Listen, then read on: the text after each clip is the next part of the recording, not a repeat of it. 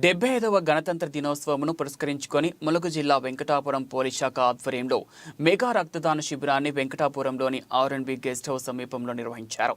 సుమారు 200 మంది రక్తదాన శిబిరంలో పాల్గొని రక్తదానం చేశారు. ఈ కార్యక్రమంలో సిఐ బండారి కుమార్, ఎస్ఐలు అశోక్, వెంకటేశ్వర్లు, సిఆర్పీఎఫ్ సిబ్బంది రక్తదాన శిబిరంలో పాల్గొన్నారు. Cheyutha foundation founder Chidam Sai Kumar, Indian Red Cross society ఆధ్వర్యంలో వెంకటాపురం సర్కిల్ పోలీసులు మారుమూల గ్రామాల్లో ఉన్న గిరిజనులకు దోమతెరలు, దుప్పట్లు పంపిణీ చేశారు.